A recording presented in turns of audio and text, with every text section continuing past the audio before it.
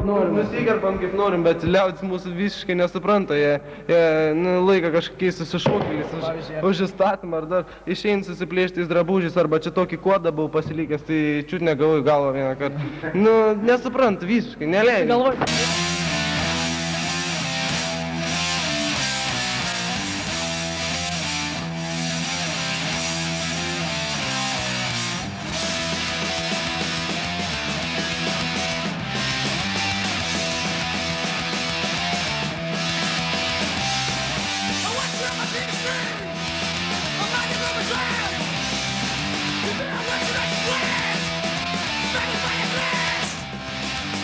Čia į Panevėžio televizijos studiją pašnekėti truputį apie riedlenčių problemas, kas per Panevėžyje, nuo ko jos prasidėjo ir kas per sportas yra. Mūsų taip truputį istorijos. Pradėjom sportuoti maždaug 87 metais, tai buvom pradininkai, dabar išlikę tik dviese. 6 aš. Taip, po metų aš prisijungiau. Tai jau buvo mano kumyras. Praeitais metais buvom pradėję kurti klubą, paruošti visi nuostatai, viskas. Dabar liko tik tais patvirtinti tą klubą. Šiais metais patvirtinsim. O tai reikalauja kokių materialinių dalykų? Dėl klubo įkūrimo ne, bet paskui dėl aikštės, dėl inventoriaus, čia jau bus atskira kalba. Po kol kas mums labai skaudi didelė problema, aikštės neturim savo, kaip sakant, specialiai riedlentininkam keturkampės aikštės, pavyzdžiui, ant kokių 30 metrų, ant 30 metrų asfaltuotas aikštelės, kad galėtume mes be nieko kitų treniruoti specialiai. Vien tik tai riedlentės, o čia yra mums kol kas skaudžiausia problema. Dabar keičiam jau 6 vietą, keičiam 6 vietą.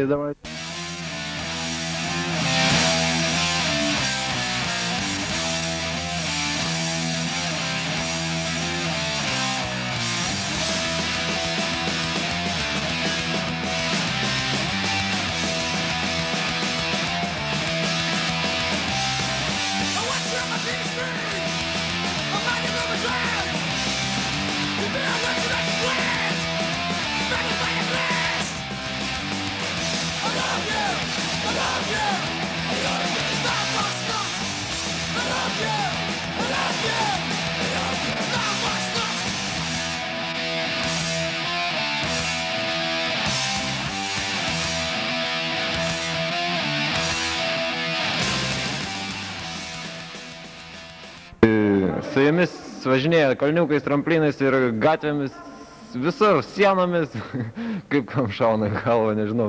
Vaikai, papasakot, kur važiuojam, ką? Vartelį, šiukšlių dėsios, viskas eina į apyvartą. Ką randam, laiptai irgi, šokinėjom nuo laipto ant laipto, kur įmanoma. Ir mes, kaip, nežinau, visi mes taikomės prie riedlentės ir riedlentės prie mūsų. Šiaip, nežinau, tai mens, tikrai mens. Visgi man labai įdomus sportas, kaip sakant, aš be jų negaliu gyventi. Kiekvienas pasirenka savo sportą, aš pasirinkau riedlentės.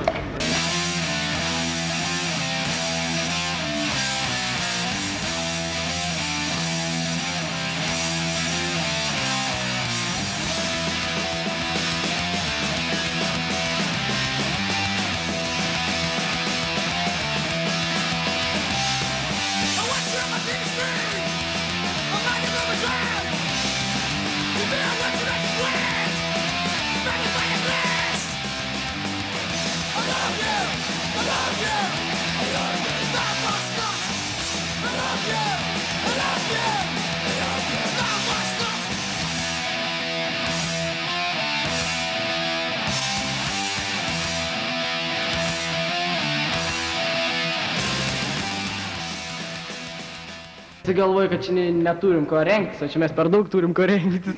Mano mama ką sako, tik pareins suplėšti žinsus arba su to, to ištūn.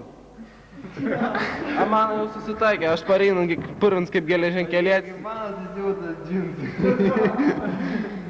Mokytojai barlės, kad pamokų nepadirbi. Motina sako, kad pamoks dirbsi, užtenks, sako, su ta vežim važinėti. Ne, mes išvažiavam daugiausiai miestą, nes kai važiuoji per gatvę, labai gerai įvaldai riedlentę ir pasirašini dėl šito. O taip tai ir dar reklamos tikslams, kaip sakant. Pas Vaičiūną, pavyzdžiui, nesugydami kulnai pasaudri, va tenai sėdi irgi, pas mane kelias, va pasiraišy, pas va pasigyta yra su stubru va problemas. Viskas dėl to, kad apsaugų. Ir čia ne dėl vien dėl apsaugų, bet va, noriu tą pasakyti, kad tai rimt sportas, kad tu griūni, čia gali sugauti ir kad čia nėra tik tai kažkoks maivimas. Giminės atvežė. Iš už Atlantą. Ką čia lietukai buvo didelė, dabar va, jie jau tiek sudyla, kad jau apimt galima. Lenta čia iš ligos.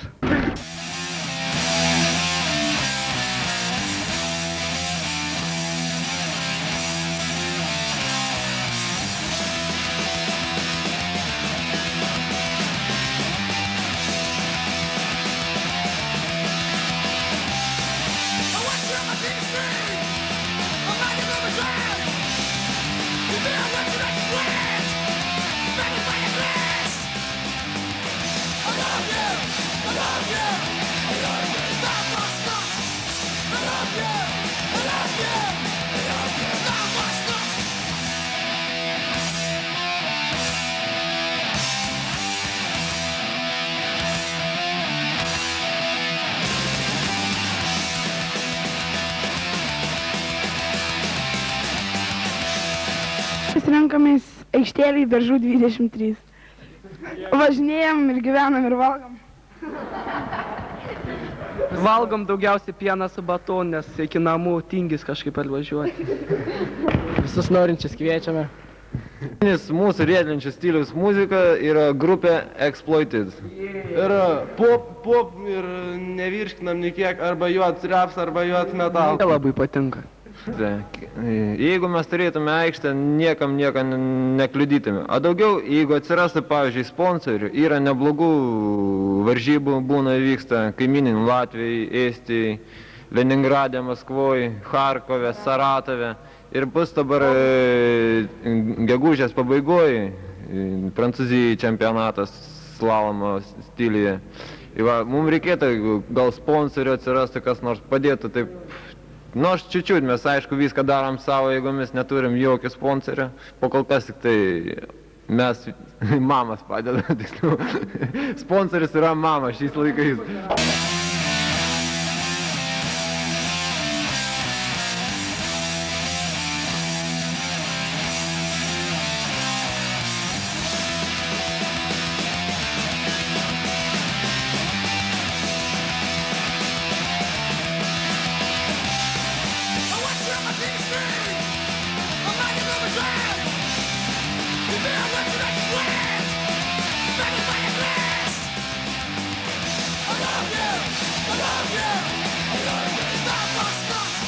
I love you.